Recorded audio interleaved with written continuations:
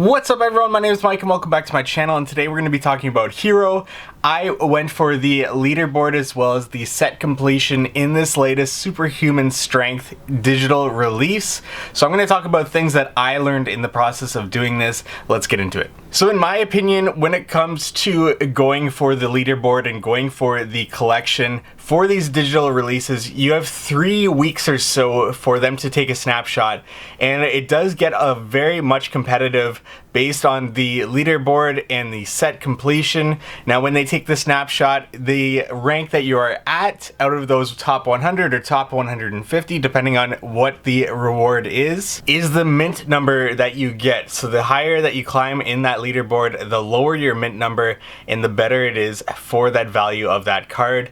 Now at the end of it, I think I got number 50, which is the one that I was aiming for. Based on the amount that I had in my wallet, I could have maybe got up to the low 40s, but I decided I wanted to get that 50 mint, so I really tried for that. About a minute before, I was at 48, and then seconds before, I was still in that 48 spot, and then right at 3 p.m. when the snapshot was taken, I refreshed and I was at 50, so I assume I was at that 50 mark when the snapshot was taken, but only time will tell when I get that leaderboard card, as well as I got the set completion. And now in my opinion, the only reason why I would go for set completion is if I got one of the legendaries in one of my packs. It's really difficult to get both legendaries in the packs, but I did get a Superman A2 and I did a video on that. So I ended up purchasing Bane in the aftermarket to be able to complete my set.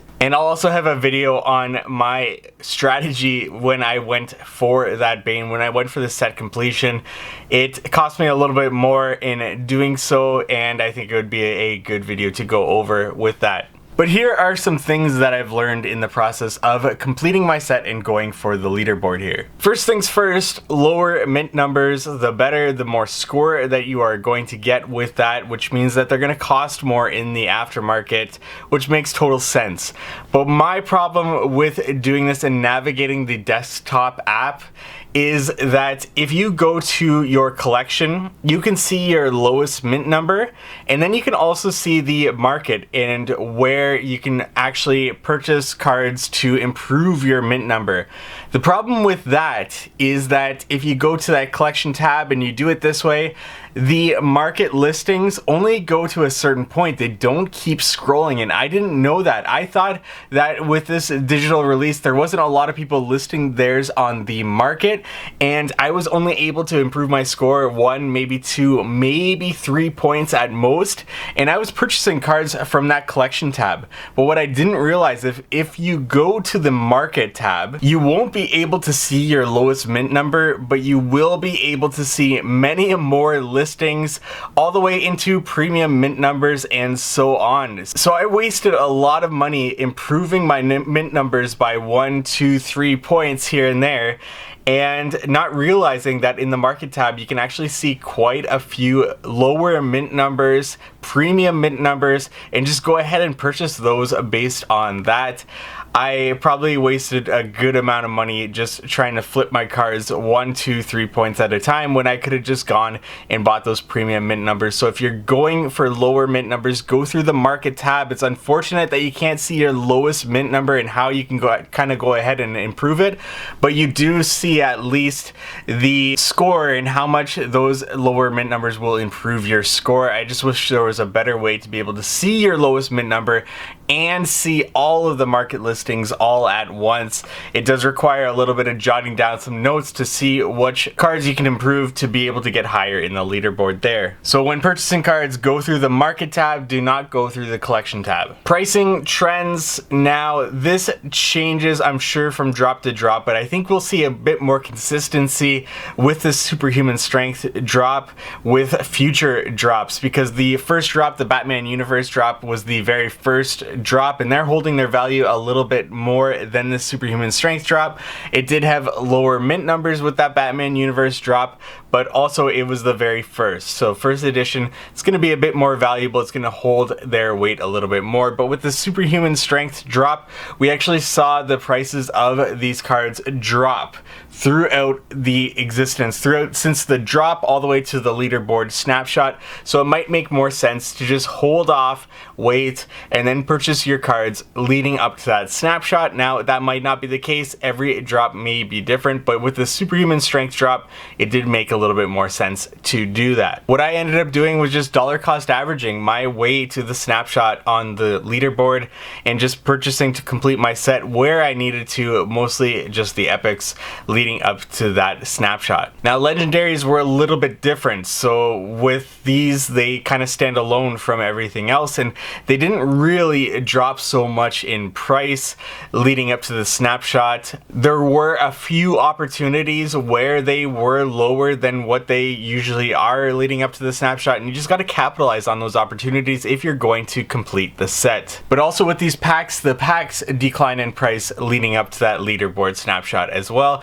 but stayed fairly consistent in that $100 range. When I was trying to figure out how many points I would need to make it onto the leaderboard, I was comparing the Batman Universe leaderboard and where it stands today, or at the time when I was comparing it, and how many points I would need to get in that top 150. But that actually doesn't make sense, because you'll realize that after the leaderboard, after the snapshot, people unload, so their points decrease, and it's not a good comparison in that sense. So it's very much a roller coaster ride all the way up to that snapshot and getting into that top 150 or whatever the leaderboard challenge is for the rankings for future sets. Next thing is check Immutable X, because you can get some great deals on Immutable X. I know that there was some arbitrage in order to purchase cards on Hero and then transfer them over and then make more money on Immutable X, but it seems like that has flipped, and you can actually pay ETH for these legendary cards, for these epic cards, for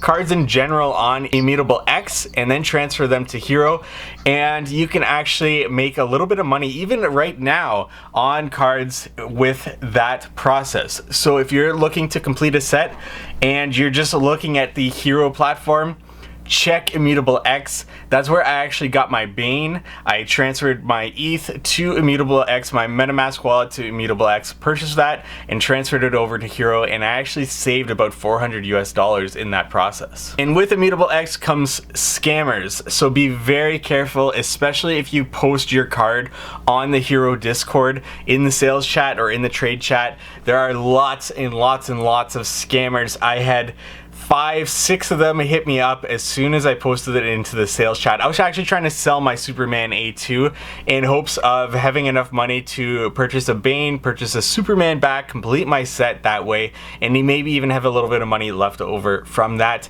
And the amount of scammers I had hitting me up, and they do the same thing.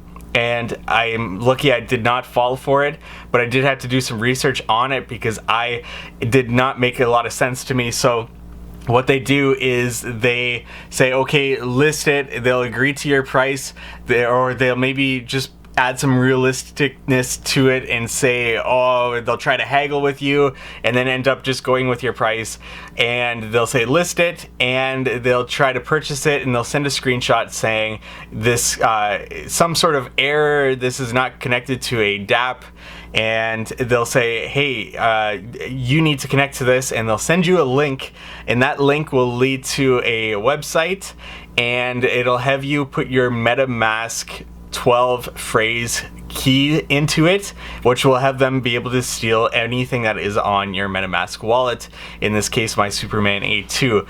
So anything that they have you click, any links, anything like that, never ever click that, never ever go through with it, never ever do anything like that. So scammers are rampant, definitely, and you just got to be really careful. Don't click any links. There's no such thing as a DApp bridge to be able to protect your cards and whatever they're trying to do there. There's tons of scammers, so be really careful. Don't click any links. Don't do anything that somebody is trying to get you to do. They're trying to steal your cards, and it's unfortunate that you go to the Discord for Hero and you see lots of people talking about this and having them them having stolen their cards. They're very valuable cards too as well. And last thing is that it is really, really addicting to climb those leaderboards. This is why I'm really bullish on Hero in the long term, and any utility that they bring out with these cards. If there's a future, you know, leaderboard, or if you still hold the collected set, you still get something. This is really addicting to get into, so be very careful. Do not extend yourself too thin. I've actually put in more money into Hero than I actually wanted to in order to complete this set. It just made sense though for me to get one card, complete the set, as well as then to get higher up in the leaderboard, get that set completion card, the bonus card, the Aquaman. So in the end, it really did make sense for me, but it is addicting and you can get carried away with it. So just be a little bit careful with that, much like Veve is, much like other NFT platforms are. But I had a lot of fun trying to climb the leaderboard. I had a lot of fun completing the set and just trying to make moves to be able to get higher up in that leaderboard. What Hero has done with this platform is a lot of fun, and I actually thought with this next drop, I was just gonna max out my 10 packs that I may be able to get. I know I'm on the allow list, so I get 5 packs guaranteed to purchase. I'm hoping in the public I get 5 more packs, and I was thinking of just selling those, but now I'm thinking, you know what, I'm gonna open them. I'm gonna play around a little bit more with Hero. I've really enjoyed this, but let me know your thoughts, your comments in this comment section below. Comment below if you're going to be going for the next completion set, if you're going to be going for the leaderboard. Have you already done so in previous sets? How did you do?